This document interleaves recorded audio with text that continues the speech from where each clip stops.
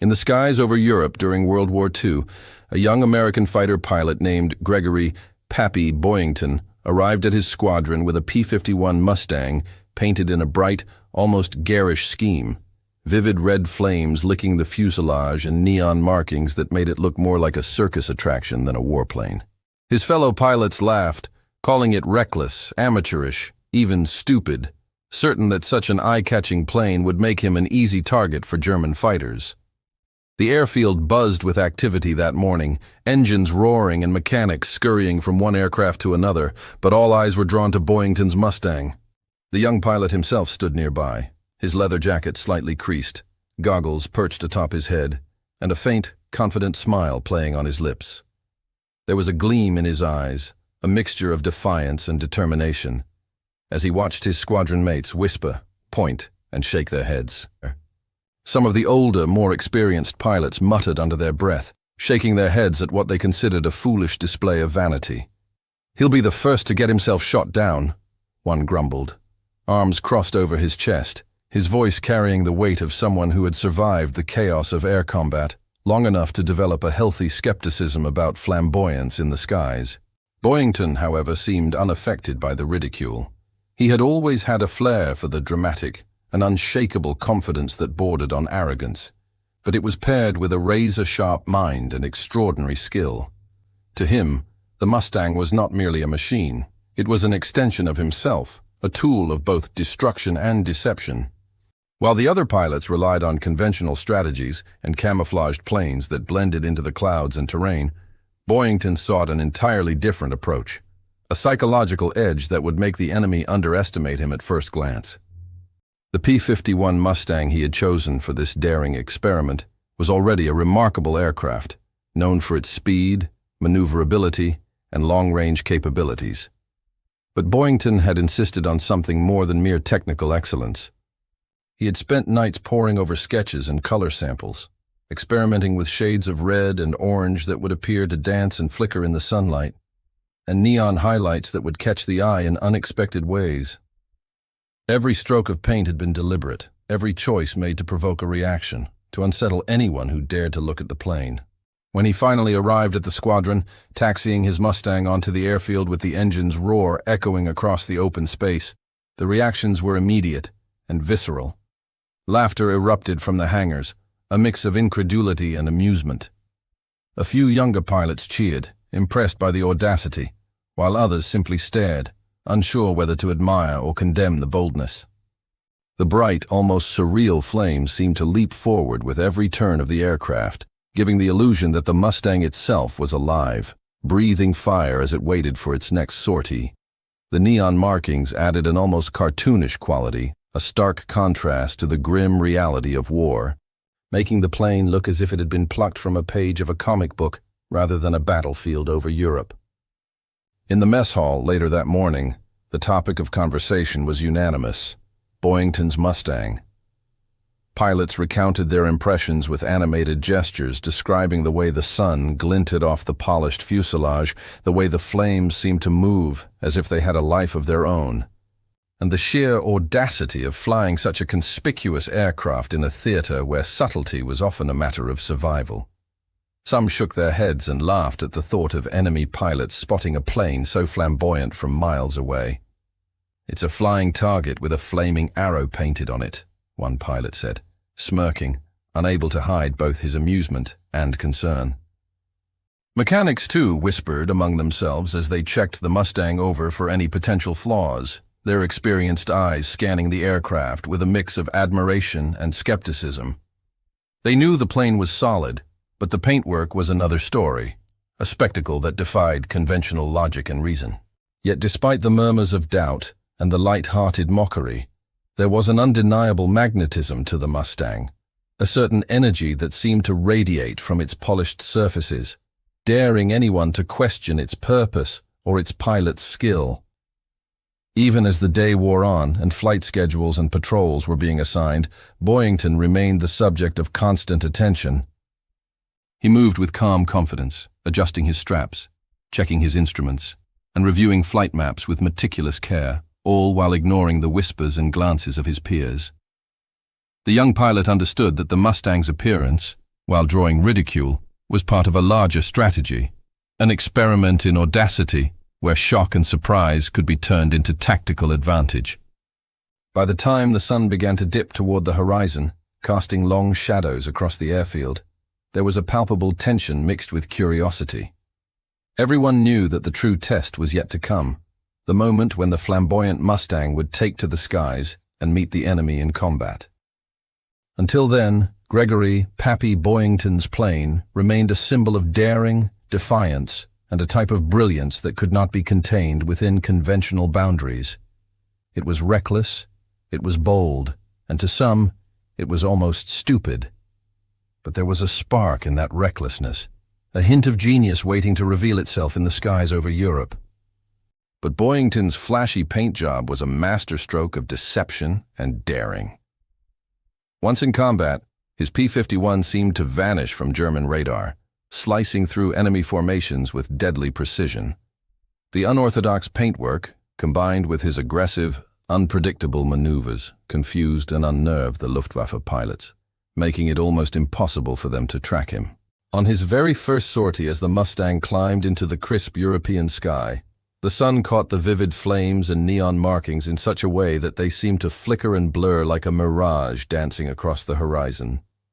Enemy pilots, scanning the skies for the telltale silhouettes of American aircraft, found themselves squinting, unsure whether they were seeing a plane or some optical illusion conjured by the intense daylight and Boyington's audacious paint scheme. The element of surprise worked immediately. While traditional camouflage aimed to hide a plane, Boyington's approach was the exact opposite. Draw attention, manipulate perception, and exploit hesitation. Enemy formations would slow, brake, or veer off as if the sight of a wildly painted aircraft had unsettled them on a subconscious level. The moment he dove into an attack, their momentary confusion turned into full-blown vulnerability. The P-51, sleek and fast, would dart in and out of clouds, twist and roll with astonishing agility, and fire with pinpoint accuracy. Allied pilots observing from a distance were often left in awe, seeing a blur of red flames streak past before the enemy could react, leaving wreckage and chaos in its wake. Boyington's maneuvers were not just about speed. They were a psychological assault. Enemy pilots described the Mustang as ghost-like in reports after engagements, baffled by how a plane so conspicuous could suddenly appear behind them or above them with lethal intent. The bright, flaming paint paradoxically made it harder for opponents to focus. The irregular patterns broke up the plane's outline at high speed, blending its form into the bright glare of the sun or the shifting shadows of clouds. Even seasoned Luftwaffe pilots, trained to recognize the subtle curves and contours of Allied aircraft, found themselves chasing what seemed like a phantom. Each sortie tested not only Boyington's skill, but also his daring. He would swoop down on enemy fighters with a precision that seemed almost choreographed, rolling and banking in ways that were unconventional yet highly effective. Pilots had trained for standard maneuvers, Immelmann turns, barrel rolls, and splits, but Boyington often improvised, exploiting the unique visual disruption caused by his plane's paint. In many cases, an enemy would track the red streak of flames only to overshoot or misjudge distance, leaving the Mustang free to strike from unexpected angles. Allied gunners on the ground began to anticipate his approach by instinct, cheering as his Mustang darted past with devastating effect, though he never lingered long enough for any risk of collateral damage. The psychological effect extended to his own squadron as well. Pilots who had doubted the wisdom of the flashy Mustang began to watch Boyington's flights with growing respect. They realized that the unorthodox approach was not a gimmick, but a tactical advantage. In briefings after engagements, he would recount his aerial dances with methodical detail, explaining how certain cloud formations, sunlight angles, and enemy behavior created openings that could be exploited. The lessons were unconventional, but invaluable. He demonstrated that combat success relied not only on technical skill, but also on imagination, boldness, and a deep understanding of human and enemy perception. Reports from the front confirmed what his squadron already suspected. Boyington was redefining aerial warfare. The Luftwaffe's tactics, honed for years against more conventional adversaries, were suddenly less effective against someone who refused to conform. Enemy pilots hesitated, second-guessed, and sometimes even collided with each other in attempts to respond to the Mustang's unpredictable strikes. Observers noted that his attacks seemed almost playful in their execution. Dives, rolls, and climbing turns executed with elegance and deadly precision, as though he were performing an intricate aerial ballet designed to both terrorize and dismantle enemy formations. Boyington ETS mastery of both the visual and tactical aspects of combat made him a figure of intrigue. Allied intelligence officers marveled at the reports from downed enemy pilots, who described a plane so fast, so erratic, and so visually distracting that it was nearly impossible to predict. "It is like fighting fire itself," one Luftwaffe officer wrote, noting the red streaks that seemed to cut through the sky with intent and intelligence. To Boyington, the Mustang was not merely a weapon, but a canvas, a strategic tool whose flamboyance concealed lethal precision. The combination of appearance and aggressive maneuvering proved devastating. Enemy formations, once confident and well-coordinated, began to crumble under the pressure of an adversary who operated on entirely different rules. Traditional defenses were ill-equipped to handle the unpredictable paths of the Mustang. And yet, for all the daring and flamboyance, Boyington never sacrificed discipline or control. Each maneuver was calculated, every strike carefully timed, blending artistry with lethal efficiency.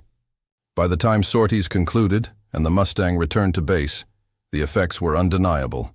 Enemy planes destroyed or scattered, morale shaken, and a legend quietly beginning to take shape in the skies over Europe. In a span of weeks, Boyington transformed from the squadron's joke into a legend, claiming an astonishing 23 confirmed kills, each sortie leaving enemy forces bewildered and his comrades in awe.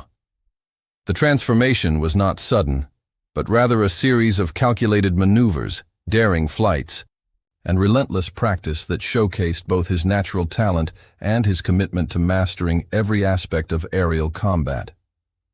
Initially, the other pilots had viewed him with a mix of amusement and skepticism, joking about the garish flames licking the fuselage of his Mustang and doubting whether such a conspicuous plane could survive even a single engagement over the dangerous skies of Europe. Yet, with each mission, their laughter turned to astonishment, and their skepticism evolved into admiration. Every sortie he flew seemed to defy conventional expectations. Boyington approached combat with a unique blend of bravado and precision, analyzing enemy formations with the eye of a strategist while simultaneously performing maneuvers that appeared almost reckless to onlookers. He would dive through gaps in enemy lines with uncanny timing, weaving between flak bursts and defensive fire, his Mustang's neon streaks flashing like a signal of impending chaos. Allied pilots often struggled to keep up, following his path through clouds and sudden banking turns, marveling at his control, his instinct, and the fearless audacity that allowed him to challenge both odds and expectation. The confirmed kills began to mount rapidly, and with each success the legend grew. Reports from mission debriefs painted a vivid picture.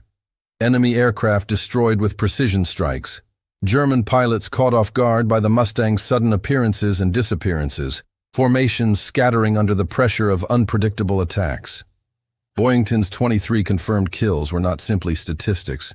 They were a testament to his skill, his creativity in combat, and his ability to exploit both psychological and physical advantages in battle. Each victory carried a story, from narrow escapes to lightning-fast engagements, each demonstrating his mastery of both aircraft and strategy. What set him apart was not just the number of victories, but the way he achieved them. Unlike many pilots who relied solely on speed, firepower, or experience, Boyington incorporated elements of surprise, deception, and misdirection. The red flames and neon markings of his Mustang, once dismissed as foolish, became integral tools in his arsenal. Enemy pilots admitted later that tracking him was a challenge. The bright patterns disrupted depth perception, making it difficult to judge his distance or predict his movements. Coupled with his aggressive maneuvers, This visual trickery created moments of hesitation that he exploited mercilessly. Allied commanders quickly recognized that Boyington's approach, unconventional as it was, delivered results unmatched by traditional tactics. His comrades in the squadron began to speak of him in hushed tones, their awe growing with each sortie. Pilots who had once mocked him now sought to fly alongside him, hoping to witness firsthand the skill and daring that had turned ridicule into reverence. Some described the sensation as almost magical. Watching a bright streak of red and neon appear from seemingly nowhere dart through the sky with lethal intent and vanish just as quickly, leaving enemy forces in disarray and their own side in amazement. The camaraderie in the squadron evolved, with Boyington's victories inspiring a mixture of pride, motivation, and a renewed sense of purpose among his fellow pilots. Newspapers and intelligence reports began to circulate stories of his prowess, though many details were either exaggerated or intentionally obscured to maintain operational security. Accounts spoke of an almost spectral fighter who struck with precision and vanished without warning, leaving no trace but the wreckage of enemy aircraft and the lingering sense of confusion among German pilots. The legend of Gregory "Pappy" Boyington spread not only within his squadron, but also across Allied forces, inspiring both awe and determination, as pilots recognized that courage, ingenuity, and skill could redefine the rules of aerial warfare. Even beyond the battlefield, Boyington's approach had ripple effects. Younger pilots, still in training or on their first missions, found themselves studying his tactics, attempting to understand the interplay between audacity and control, between spectacle and precision. Veteran pilots acknowledged that there was more to combat than following standard procedures. Instinct, imagination, and the ability to manipulate the perceptions of the enemy were equally vital. Boyington's Mustang, with its vivid paintwork and aggressive maneuvers, became a case study in the transformative power of unconventional thinking. By the end of those weeks, the shift was undeniable. The squadron's joke had become a symbol of hope, inspiration, and fearlessness. Enemy pilots knew to watch the skies carefully, anticipating the sudden streaks of red and neon that could appear without warning, striking with precision before disappearing once more. Allied forces celebrated each confirmed kill, not merely as a victory in numbers but as a demonstration of ingenuity and bravery. Boyington's legend was cemented, his name whispered with admiration among his comrades and in the reports of those who witnessed his audacious feats firsthand. By the end of his campaign, that once ridiculed stupid paint job had become a symbol of ingenuity and fearlessness, proving that audacity, cunning, and a touch of flair could turn mockery into mastery, and a flamboyant fighter into one of the deadliest aces in the skies of World War II. The transformation was as much psychological as it was tactical. What had begun as a personal choice, a bold, almost rebellious expression of individuality, evolved into a symbol that resonated throughout the squadron and across Allied forces. Pilots, mechanics, and commanders alike recognized that the Mustang's vivid flames and neon markings were no longer a source of amusement, but a testament to the genius of a mind capable of thinking beyond the conventional rules of warfare. By the campaign's conclusion, Boyington's Mustang had become a legend, not merely because of the 23 confirmed kills he had achieved, but because of the way he redefined the concept of aerial dominance. Enemy pilots spoke of him in awed tones, often with frustration and disbelief, describing the aircraft as a phantom that could appear anywhere, strike with deadly efficiency, and vanish as if it had never been there. The bright red streaks, once derided as foolish, had become the visual signature of terror, an unspoken warning in the skies over Europe. Luftwaffe officers, forced to adjust their strategies in response, documented the Mustang's unpredictable paths and audacious attacks, noting how its flamboyance had become a tactical weapon in its own right. Within the squadron, Boyington's influence extended far beyond the battlefield. New pilots learned to respect the power of imagination combined with discipline. The daring displays and unconventional tactics demonstrated that strict adherence to standard maneuvers was not always the path to success. Innovation, creativity, and a willingness to embrace the unexpected could turn even a mockery into a strategic advantage. For his comrades, the Mustang was no longer just a machine. It had become a symbol of possibility, showing that boldness and flair, when paired with skill and intelligence, could produce extraordinary results. Public perception, too, began to shift. News of Boyington's audacious flying and astonishing successes spread through Allied media, inspiring both civilians and military personnel. The story of the flamboyant Mustang captured the imagination of readers and listeners, painting a picture of a pilot who defied convention and triumphed through courage, cleverness, and charisma. Illustrations and articles in newspapers often depicted the vivid flames of the Mustang, emphasizing the spectacle as much as the skill. People marveled at the audacity, and the term "Pappy" became synonymous with daring and ingenuity, a name whispered with admiration by those who dreamed of achieving greatness under impossible odds. The campaign also demonstrated the psychological power of perception in warfare. Boyington's success proved that fear and confusion could be weaponized just as effectively as guns and cannons. Enemy pilots often hesitated, misjudged, or made fatal errors, simply because they could not anticipate the behavior of the Mustang or the mind behind it. What seemed initially reckless and foolish was, in truth, a carefully calculated strategy. Draw attention, provoke reaction, and exploit hesitation. By the end of the campaign, it was clear that what had once been dismissed as stupid was, in fact, a masterclass in combining audacity with tactical brilliance.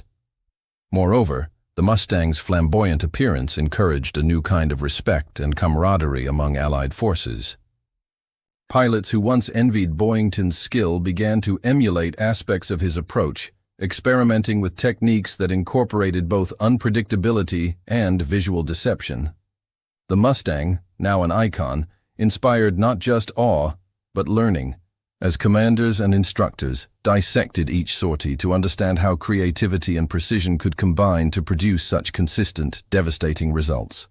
Mechanics and ground crews who had once laughed at the paintwork now took pride in maintaining an aircraft that had become a symbol of ingenuity, ensuring that every polished surface reflected both skill and intent. Boyington himself embodied the transformation from ridicule to reverence. What had begun as a personal flourish had grown into an enduring legend of bravery, cunning, and exceptional skill. He demonstrated that innovation in warfare could come not only from technology or firepower, but from the human mind's ability to think differently, to challenge expectations, and to harness imagination as a tool of strategy. His Mustang, vivid and almost theatrical in appearance, stood as evidence that flamboyance and audacity were not contradictions to military success, but sometimes essential components. By the final missions of his campaign, even the most skeptical among his peers acknowledged the truth. Audacity and skill, when combined, could achieve what conventional thinking could not. The once ridiculed Mustang had become a symbol of fearlessness, an emblem of mastery forged in the skies over Europe, and a reminder that courage, cunning, and a touch of flair could transform mockery into legend. Gregory "Pappy" Boyington had proven that a flamboyant fighter armed with audacity and intelligence could rise above ridicule and become one of the deadliest aces of World War II, leaving a legacy that would inspire generations of pilots to come.